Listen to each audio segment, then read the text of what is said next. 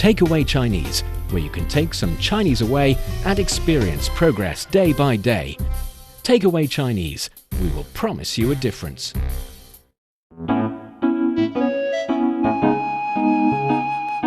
你好，欢迎收听随行汉语 Welcome to Takeaway Chinese. I'm Niu Honglin with Steve Hatherley in the studio. Hello, Steve. Hey, thanks for having me back once again. Always a pleasure having you on the show. Just out of curiosity, because I know you're here in China for over a year. Just over a year. But you've been living in Eastern Asia for quite a long time. Very long time, yeah. Very long time. So what's your take on the philosophy or the differences of different philosophies, different thinkings, different school of thoughts between Asia and, for example, the Western world, which is definitely rooted with a Greek philosophical ground? Oh, I see we're starting with the easy questions today. Well, come on, it's a fun thing. I mean, in daily life, we don't think about it. But these philosophical thinkings and also how do we see the world, how do we see ourselves, it affects large amount of the mentality we have. It affects how we form certain words and how we form a sentence. And it's largely connected with languages. That's why I'm asking on Takeaway Chinese. No, it's a great question that requires a lot of thought for a good answer, I think. But just off the top of my head, when I started living in Asia, in Korea, a long time ago, I didn't really pay attention to it because I lived in Seoul. It's a modern, fast-paced city with an international population. Sure. So it didn't really cross my mind. But the more time I spent there, I learned that a lot of the reasons people think the way they think is rooted, for example, in Confucius ideas, sure. Confucian ideas. And now that I've moved here to China, and I'm still, it's a slow learning process, but the more conversations I have, I am learning the same thing, right? A lot of things are rooted in Confucian ways of thinking or concepts. How does that compare to the West? Well, I think one easy example is the view of the family and the family hierarchy and the importance of taking care of your older family members. Yes. And the responsibility that falls on often the oldest child. That's one thing. And also harmony in diversity, because, for example, I recently revisited some of the classics of Confucius, and I realized that instead of uniformity, he was definitely an advocate for diversity and finding the common grounds in different thinkings and different, even in today's world, civilizations. Which leads nicely into the second point that I want to make. So, yeah, we can find differences perhaps in family responsibility, things like that. But also we can find similarities. Sure. For example, I'm Canadian, and Canada is one of the most culturally diverse countries in the world. Toronto, the population of Toronto is so diverse that it's something that we Canadians kind of pride ourselves on. But I don't think that's rooted in Confucian ideas. It's just something that how Canada developed as a country. So where there's differences, there are similarities. And I think that a misconception often about the West is that, when our parents get old, we throw them into nursing homes and forget about them, or we don't respect our elders. We absolutely do. But I'll also agree that it's on another level here in East Asia. But the really cool thing, and this is the last thing that I'll say about it, the really cool thing about living in this part of the world for a long time, it's allowed me to look at the Western world and Western culture, Canadian culture, through a different set of eyes, through a distant set of eyes, so to speak. And now that I've moved from Korea to China, now I can look at Korea through a different set of eyes. And I'm now looking at China through a different set of eyes because I'm actually here. Closer set of, distance. Yeah, exactly. So that's the amazing thing about the opportunities that have been given to me. I've been so lucky And I have a different perspective because I've been able to see things through a different lens so many different times. I think that is definitely a luxurious opportunity that not everyone could be able to enjoy. But when it comes to communication, when it comes to comparing the similarities and differences and seeing or finding out cherished and fun and sparkling little points in another country's civilization or way of thinking or fundamental philosophy that you find really connected to, that you feel very familiar with. It's a fun thing to do. It's a 100% a fun thing to do, and it allows you a deeper opportunity to define who you are because you're aware of different concepts, different ways of thinking, different ways of doing things. So when you view different cultures, you'll see things that you like and things that you probably don't like. And that'll be true for any culture around the world, right? But you take the things that you like, you say, okay, I like that. I'm going to implement that into my own life. And that part I don't really like so much. I guess I'll just leave that there. No judgment, but I'm just going to leave it there. But this other thing, I really like that. So I'm going to implement that. Shopping in the supermarket. Yes. You know what? Yeah, well, kind of. To define who you are in the way that you think. Now, the other really cool thing is that never stops changing, right? You're always a work in progress. And the more experiences you have, that'll help define who you are and the way you think as well. Oh, yes. And that is why for the first time I heard about the term civilization dialogue. I was like, what is that? And then I realized it's people bringing their own civilizations. They come together, they start a conversation, they start a dialogue among each other. And they talk about the things that they value, that they hold upon, and things that they do not like, they do not think is correct. And then they communicate, and then they find out what are the common grounds, the universal values that we can all appreciate. And something, also our own beliefs can get a little bit of adjusted, can improve a little bit. And those are very interesting things. But that being said, for today's Takeaway Chinese, what we're about to do is to give all of you, as well as Steve here, a opportunity to know a little bit about the Confucius thinking, or Confucius himself, 孔子. 孔子. Yes, and that is Confucius in Chinese. So for those of you who are interested in Chinese culture and you want to get a grip on the Chinese language, this is the show for you. Stick with us for 30 minutes and you soon see the rewards. And for more fun Chinese learning, follow our Facebook page, Learn Chinese, to watch many fun videos and live streams. But now, let's provide you with some free Chinese for takeaway. So, Confucius, 孔子. 孔子. 孔子 was a Chinese philosopher, a teacher, a political thinker whose ideas deeply influenced Chinese culture and East Asian civilization. He lived during the late spring and autumn period and is best known for promoting values. We say virtues, 美德. 美德. So, 美 is 美丽, beautiful.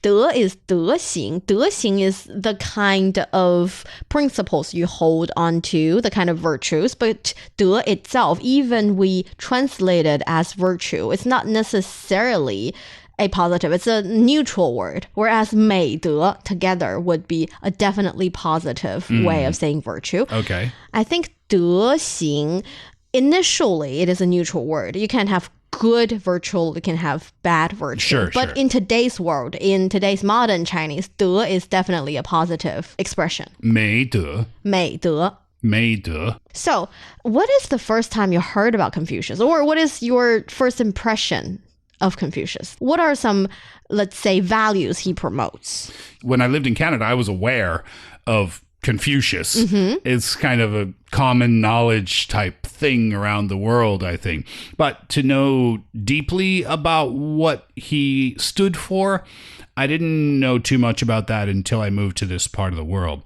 And I think the first thing that I learned about was the importance of respect and taking care of your parents and ancestors and respect for the elderly. That was kind of the first thing that I learned about.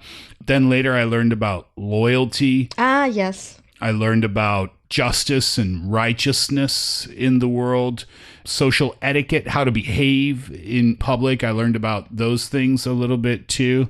And then just the humaneness, if that's the word, or the benevolence. Benevolence is very important. That he held so close to his heart too. Yes, that is a very important value. We say 人. 人. Yes, it's the same pronunciation with person.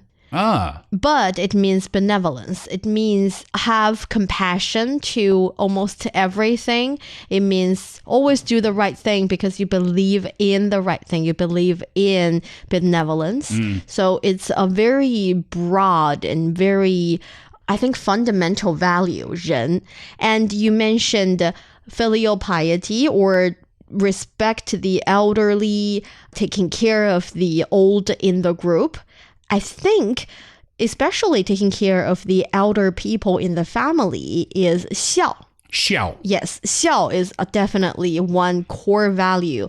Like you said, it all comes down to the idea that we are not here for only ourselves. We are here to fulfill a certain role in the family, in the society, in the country. So in a lot of Chinese dynasties, people believe that Confucius thinking is good for the society is because it's a very intricate system. So you respect your elderly, you take care of them even when they cannot take care of themselves anymore. You contribute to your little family, and then you would respect the elder in the tribe or in the village or in the county. And that way you listen to what they have to say, and they can pass down the knowledge, pass down the wisdom, but at the same time manage the village.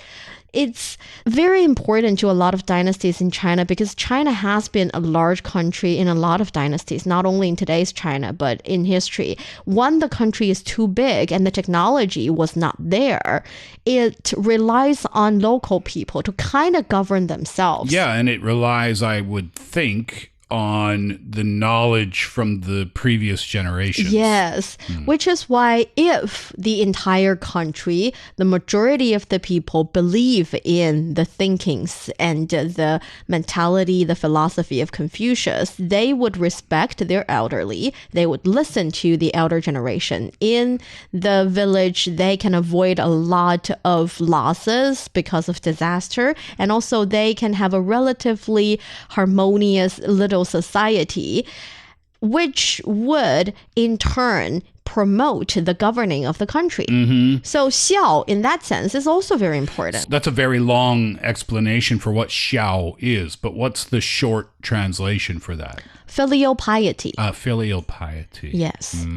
And they're all related as well. For instance, there's also 礼, ritual propriety or social etiquette.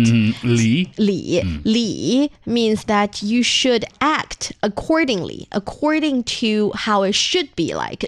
This, again, this is just one character, but there's a whole book behind it, at least, telling you what are the proper way to act in each and every situation you might encounter in your entire life. Oh, I didn't know that. It's in different occasions, in different age stages. Oh, really? If you encounter someone who is for example, the leader of the village or the county, how should you address them? And when you're paying respect to the heaven, paying respect to the ancestors, what are the posture that you should be holding when you're doing the ritual? Everything. Even the posture.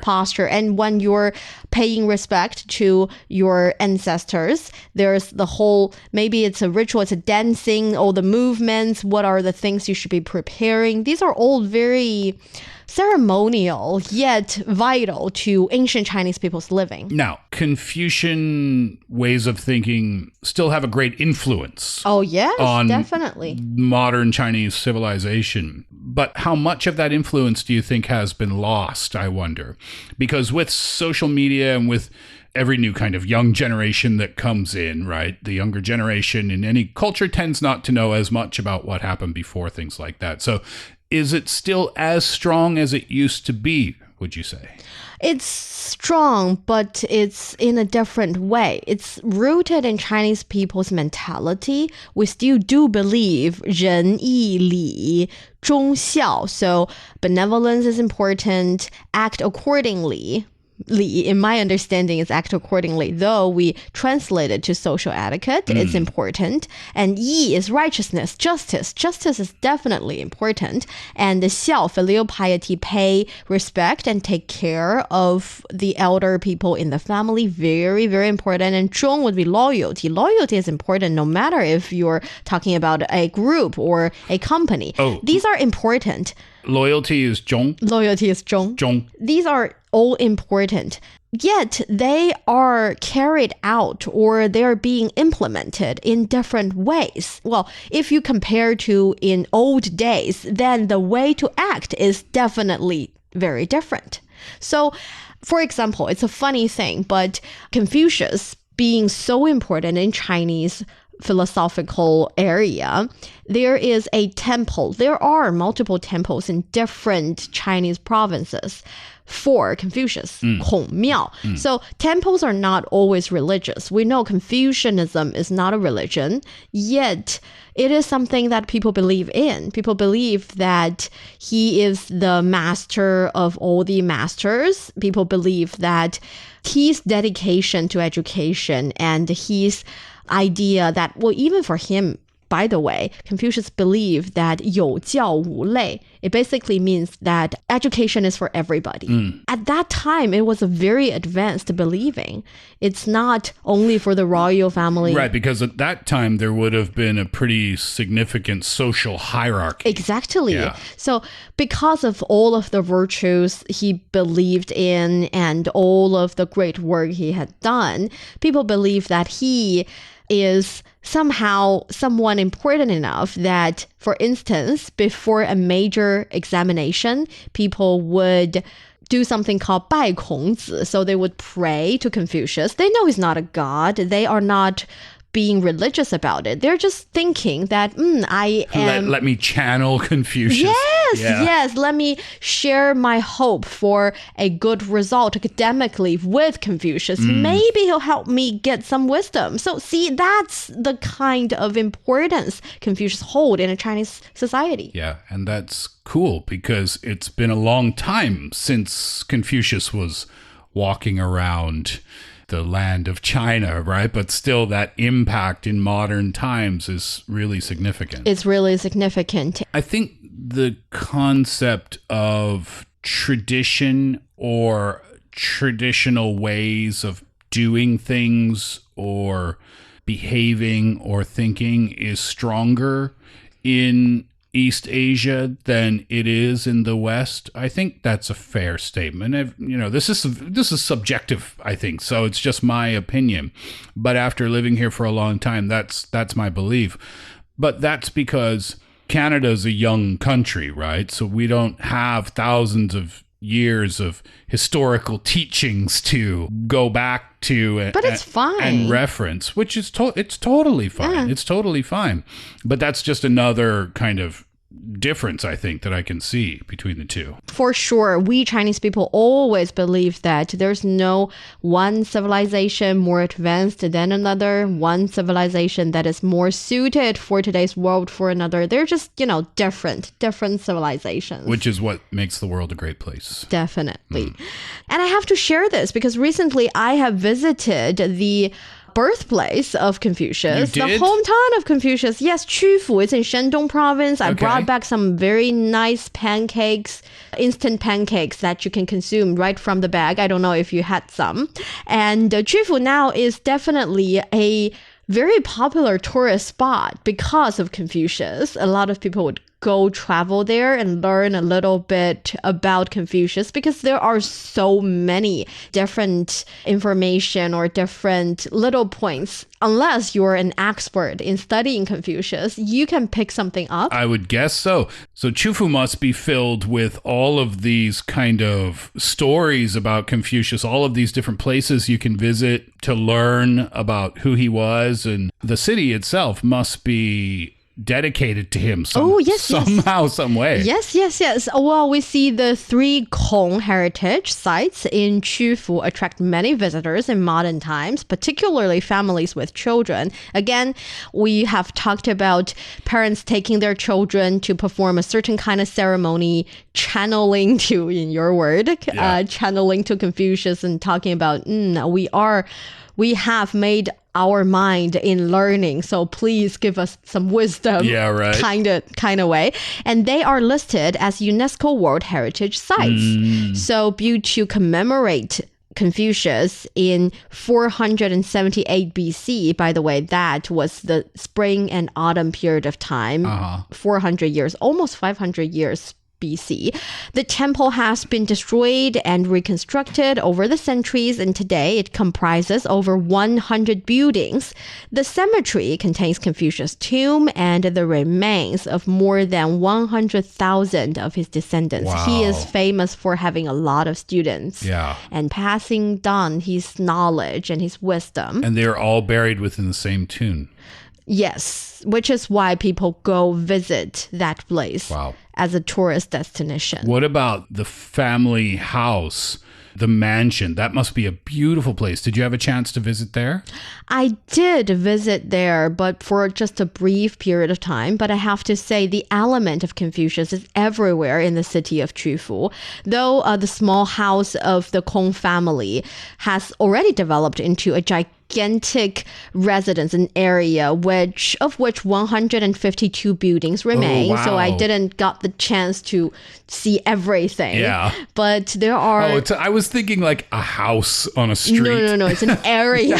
Right. This is it's a complex. It's a complex. And the thing is, in Qufu, in Shandong province, you get to see the sayings and quotes of Confucius almost everywhere. And it's funny because when I was a little girl, when I was young, I don't really enjoy Confucius sayings a lot. Sure.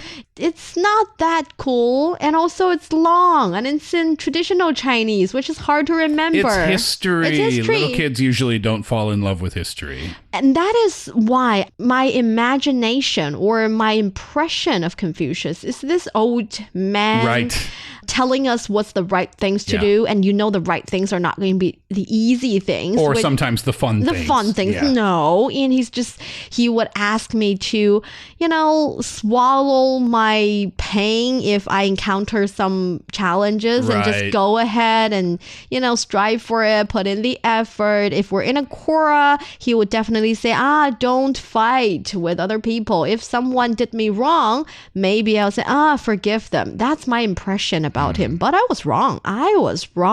He would say things like 以德报怨,何以报德?